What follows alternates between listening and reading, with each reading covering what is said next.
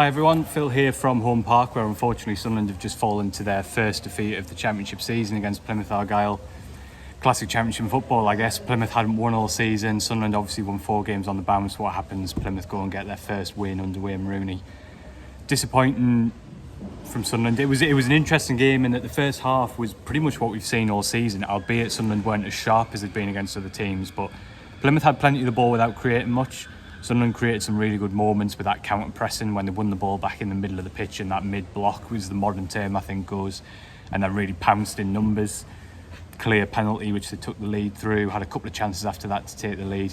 But then what was very different to anything we've seen this season is there was a very subtle change of momentum towards the end of the half. Plymouth just started to push Sunderland back, find some space on the counter, and unfortunately Sunderland weren't able to sort of correct that or sense that at half-time, whatever the right phrase is. And the second half, for the most part, Plymouth were absolutely dominant, something we've not seen at all from Sunderland this season, where they were pushed back, really couldn't get out. A little bit of panic in defending their box, too many rush clearances, too many times when they gave the ball away. Plymouth in a few minutes turned that 1-0 deficit into a 2-1 lead. And what was most frustrating is that what we actually saw was something we've said for the last few weeks. How is this Sunderland team going to respond when they actually go behind in the game? Well, the answer was really well. Alan Brown came on, Sunderland responded really strongly, completely deserved their equaliser. Romain Mundle, who I thought was the biggest positive today, I thought he was electric throughout the game. The thing I love about Mundle is it's not just going forward, he races back, he gets stuck in, he wins challenges. He didn't deserve to be on the losing team today, and I'd have said that even before his goal. I thought he was brilliant, a huge positive, like Roberts on the other flank. And actually Sunderland looked like they might go and win it. Isidore had a little chance at the back post. Roberts whipped an amazing crossing that Isidore just couldn't quite get to, and you felt like Sunderland might nick it, but they were a little bit too open on the break, and it's an error from Anthony Patterson. I think that's fair to say. He palms it into a dangerous area, and then the shot goes, admittedly very powerful shot goes through him. So really disappointing. Just speaking to Lebris there, as you'd expect, he was really down to earth about it. He's never got carried away after a victory, so he's not going to get carried away after a defeat. Just saying that it's something that they're going to have to learn from, and making the point as well that teams are going to work Sunderland out a little bit, so it's up to Sunderland now to adapt, to add some layers to their game. Speaking to Dan Neil as well, and he was just saying that he felt Sunderland were a little bit slow to sense the momentum shift in the second half, to adapt their game, maybe to play it a bit simpler, to take fewer risks. But I think you have to give a lot of credit to Plymouth as well. I thought Sissoko down the left flank, and I'm just getting his full name up here, Ibrahim Sissoko, not a player I knew much about. He was tremendous. We have not seen many players over the last 2 years give Trey Hume a lot of problems, but he was excellent. Morgan Whittaker we know about on the other flank has a lot of calibre, but Sissoko really stood out, and fair play to them. I thought they played really, really well. A lot of energy, a lot of intensity. They got the crowd behind them, and they got in Sunderland faces, and I think you have to give them a lot of credit for that. Sunderland made uncharacteristic errors, I think, in terms of the second goal is a classic example of that, where Ballard misses the clearance. But yeah, I'm going to go into your questions, because as ever you've sent loads in, which I'm really grateful for. I'm going to start with David, because I think this is a great place to start. He says, just sloppy and off the pace today, or were Plymouth better than expected? First and foremost, I think it's the latter. I think you have to say that Plymouth were good. This was not a smash and grab. They were poor for the first half an hour. Sunderland controlled it without being at their absolute best.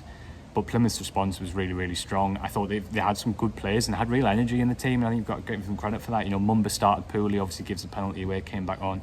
Sissoko, as I mentioned, was excellent. And they had some good subs coming off the bench as well. Ryan Hardy's a good player to come off the bench. So I think it's probably one of those where maybe, and I say this externally, I think as Sunderland sort of fans and people watching Sunderland, we always knew there was going to be a bump. Maybe Sunderland have been a little bit overhyped, and maybe, because Rooney hasn't won a game, Plymouth have been a little bit underhyped. Having said that, David, I do think Sunderland were sloppy today, especially in that second half. They didn't look after the ball anywhere near as well as we've seen them do this season, and they didn't defend their boxes as well. Hopefully that's a one-off rather than a trend, because they've done that so well this season, but they really did look sloppy today, so I think it's definitely part of that. Mark Evans says, subs. I'm sure I read somewhere that criticism of RLB was his use of late subs, but surely that was obvious to all by the hour it wasn't working. Why didn't he change it while we were ahead, but it clearly wasn't working? Yeah, I agree to an extent, and I have to say, Mark, I agree with that, because I tweeted, I think it was at 1-1, that I felt Sunderland needed to change it. You could see that they were getting overrun. They were losing the midfield battle, which they were winning in the first half and have won in every game this season. Slight sympathy with Lebris, because I think that Rigg was doing some wonderful things in possession. Even in the second half, when he was a bit quieter, he spun away from a player and was able to feed Mundle in and create a bit of a chance. So I can understand why maybe he was reluctant to take Rigg off, but at the same time, it's no shade on Rigg. He's been amazing this season. He won the penalty today. He did this amazing spin in the first half where he turned away from like 4 players under pressure. A huge talent, but I think maybe Brown could have come on a bit earlier. to be honest. And I also think Isidore could have come on a bit earlier because Mienda looked a bit, he wasn't as influential today as he has been in recent weeks, which is going to happen with a player of his age. So I agree with you a little bit because I think Brown did make an impact, and I don't think it's a coincidence that Sunderland wrestled back momentum of the game. Obviously, that's partially because Plymouth are dropping off to defend their lead as well, but I think it's a fair point. The one thing I would say is that Sunderland's bench at the moment isn't quite where it needs to be for a few reasons. So obviously Salis Abdul Samed isn't quite ready yet. He might be ready after the international, not after the international break, thank God we haven't got another one then coming up, maybe for the Middlesbrough game or maybe the week after. He obviously would have been a great option in midfield, or if he was start and then you could bring a Neil or a Joe, but whoever hasn't played on. Aushish and Bar are not involved at the moment for whatever reason. I think it's fairly clear that Lebris doesn't really rate them at the moment. Alexic has only just arrived in the country earlier this week. I think Paveda apparently has got a bit of a thigh problem from playing in the 21s, which is not serious, but that's why he wasn't involved. He would have been another option maybe for fresh legs.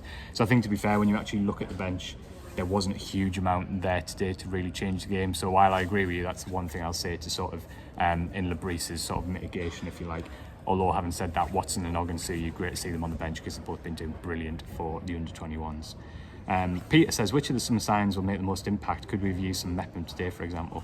Well, I think it's going to have to be Mepham because Dan Ballard went up front for the last few minutes of the game, went to win a header, did win it. Isidore couldn't quite get on the end of it, but that was in a huge amount of pain, had to be carried off the pitch by two physios. We don't know what the extent of the injury is. Hopefully it's not serious. I certainly don't want to hype it up too much or anything like that, but he did leave the ground on crutches and he was in a brace. So I think it's fair to suggest that there might be a fairly significant injury problem there, or certainly, one that would make him a doubt for this weekend. I don't think that's been sort of overreacting. We'll obviously wait and see, but I think there's a good chance that Mepham comes in next weekend and he'll have to be ready. Good that he got 90 minutes of Wales the other night, to be honest, to top up his match fitness. Do like Isidore missed a good chance today at the back post, where maybe if he's a bit sharper he gets there. I mentioned that Roberts cross, which maybe he could have got on, but he's definitely got something about him, gets good positions, got a bit of pace, so hopefully Peter will see him make an impact. Michael says, how is it important not to lose our heads and keep... How important is it, to not lose our heads and keep perspective? Obviously, we need to bounce back, but it's still a long season. Yeah, I agree. I think it is a bit of a reality check today, and that Sunderland didn't look like a top two side today. Plymouth caused them a lot of problems, and maybe it just makes us reassess a little bit that teams are going to adapt to Sunderland. They're not going to have it all their own way, and there's going to be bumps. And I think we have to remember where Sunderland come from at the end of last season and be a little bit ambitious, but also, because a club like this should always be pushing for the playoffs. But that is the expectation, I think. This has to be a team pushing for the playoffs. And over the course of 5 games so far, there's been a lot of good signs. I think the stickener for me is the third goal today, because it shouldn't have gone in, and they were a bit too open. The first shot should have been saved.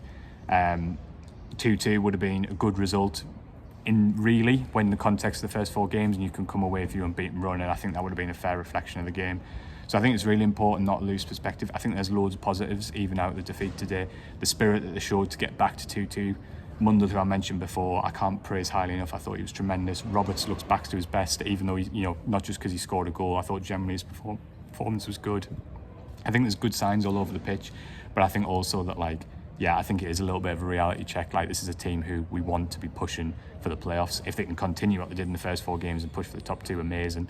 But that was not what I think any of us expected at the start of the season. So while we want to hold them at the club and the team to high standards, I think it is important to keep perspective. It wasn't a dismal performance, but it was maybe a little bit of a reality check.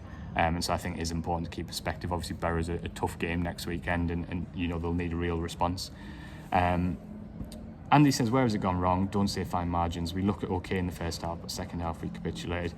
Yeah, I find it quite difficult to sort of assess that immediately after the game, Andy. I know what you mean in terms of don't say fine margins, but I think the point would have been a fair result. I do think that. I think you have to give Plymouth a lot of credit for the second half, but Sunderland nearly won it late on, and they could have gone 2-0 up in the first half. So I don't think we should be saying this was a terrible performance, albeit it was a disappointing one. I think that Sunderland lost control at the start of the second half. I agree with Mark's point earlier that maybe they could have changed it a little bit earlier and got Brown on a little bit quicker. That would be one takeaway for me. Maybe that's something that went wrong. I don't think they adapted quick enough. Maybe is that the inexperience in the team? Is it maybe a little bit of a lack of composure? I'm not sure. But I think if you look at that period, certainly the 2 goals, Patterson plays a kick out into a dangerous area, which lets Plymouth break. The second goal, obviously, Ballard misses his clearance. I think there was a bit of a lack of composure in that phase of the game, which is obviously disappointing and something that's going to have to be worked on.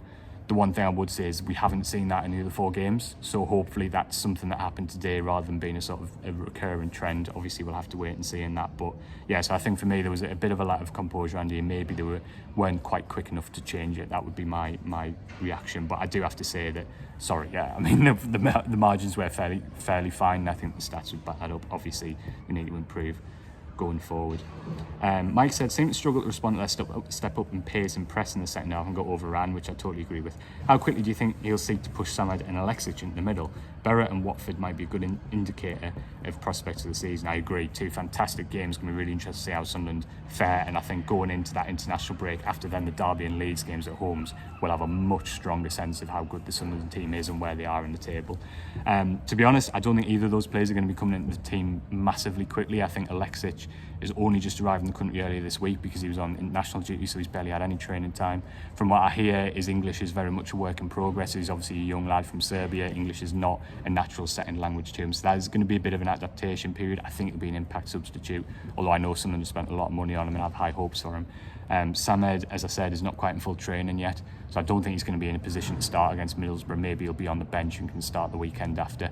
I do think, obviously, he has been signed to be more of an impact player, and I think today would have been a day when maybe that genuine holding midfielder might have been valuable in the second half. So I do think he will see him come in a lot quicker. His English is also really good, which is helpful, and obviously he's got a lot more experience as a footballer. But I'd be surprised if it was next weekend against Middlesbrough. That's my feeling. And then just another question as well, saying why change a winning side? To be honest, I've got no issue with changing the side. I think that, you know, Dan Neil, I think, is Sunderland's best number 6. I think he's learned the discipline of the role well. I think his passing is really, really good, and I think actually you saw that in the first half. He helped control the tempo of the game. I think that realistically it's a long season and you want Sunderland to have different options and you want them to rotate. I don't see it as a negative at all, to be honest, that the team was changed. But you know, that's obviously just my opinion. Yes, that's all your questions, which I'm really grateful for. I'll just leave it a comment from Rodeo, who says, for me, defeat takes a bit of the pressure off the lads going into the next game. However, getting that equaliser should have been enough. A point away from home is a great result. We need to slow the game down and defend the point. Game management.